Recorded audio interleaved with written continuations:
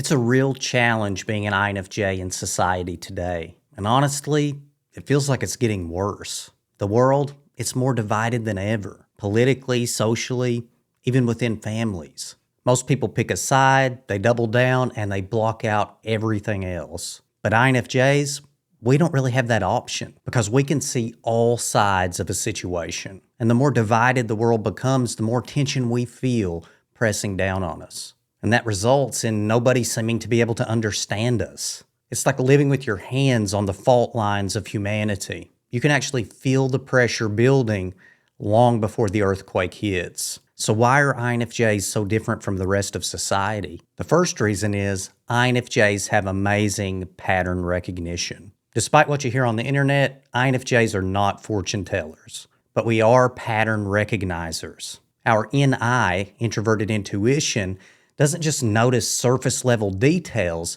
it actually threads them together. And we see where things are likely headed if they continue down the path that they're currently on. So when the world grows inconsistent, socially, morally, culturally, we don't just notice it, we actually feel it.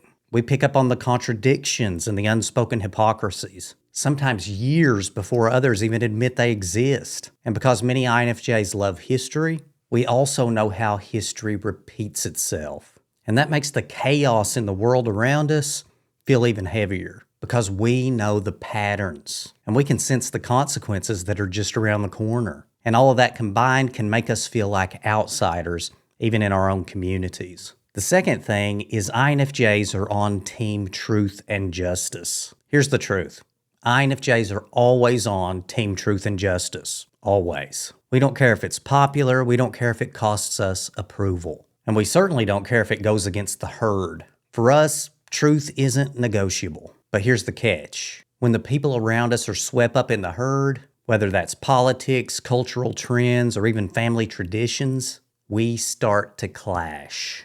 And it's not because we want conflict. Because trust me, the last thing an INFJ wants is conflict. But it's really because our inner compass won't allow us to pretend everything's fine when it really isn't. And living life with a strong inner compass like that, it's super challenging. As INFJs, we love our friends, we love our family, we want the best for them. But love doesn't mean silence about things that are obviously wrong. And so many times that can put us in the awkward position of being the only one who's actually willing to speak up about a bad situation. And because of that, we're often the only one that people want to silence and hold down. The third thing is the culture clash. So on top of all of these things that we've already talked about, our culture right now is drifting further and further into the shallow end of the pool. And you've likely heard me mention that term before. It just means things are getting very shallow. People are following the herd more than ever.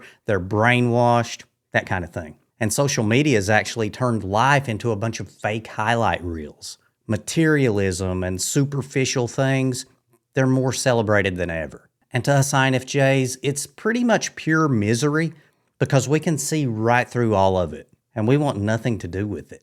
INFJs crave depth, they crave authenticity, they crave meaning, and yeah, they crave truth. And when we look around us and we see the opposite just basically taking over, it makes us feel like we're the only one who's actually conscious and alive in a whole group full of zombies. If you enjoy these deeper dives into what it really means to be an INFJ in today's world, I've now launched the INFJ Circle podcast. We talk about how INFJ energy actually works, why we feel so out of sync with the world, and how to protect our emotional energy. The link is in the description. The fourth thing kind of leverages off what we've been talking about, and that's that most people in the world see truth as a threat.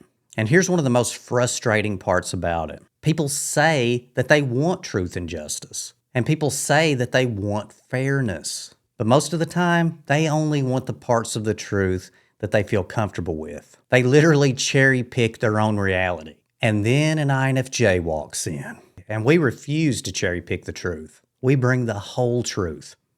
All of it. And instead of being thanked for revealing truth, we're often seen as a threat. At best, we're seen as a party pooper. And at worst, these people will exclude us from the group or get us fired. As if we want to be a part of your little group anyway. The walking brain dead. But it is ironic. People beg for clarity, but when they get it, they resent it. And guess who ends up paying the price? Yep, the INFJ. I call this fifth thing retreat and refuge. So at some point, an INFJ reaches their limit. And it's at that time that something really special can happen. We can stop caring what these people think about us. We can just go back to our sanctuary, our home, our quiet space, the routines we enjoy.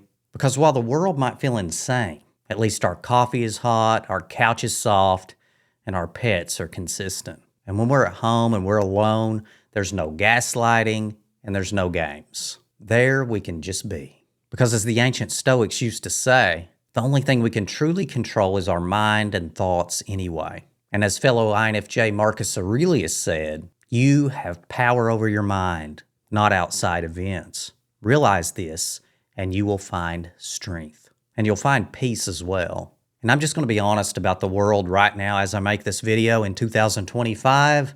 It actually does feel insane right now. Maybe because it is. But here's something to remember. Truth will always be truth. Justice will always be justice. And INFJs will always be INFJs. And as an INFJ, you will always have that rare gift of being able to see clearly in a world that avoids that clarity.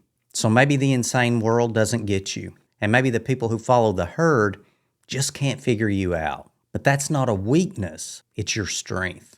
Another thing, truth intimidates people. And therefore, INFJs intimidate people. If you want to know more about that, watch this video next.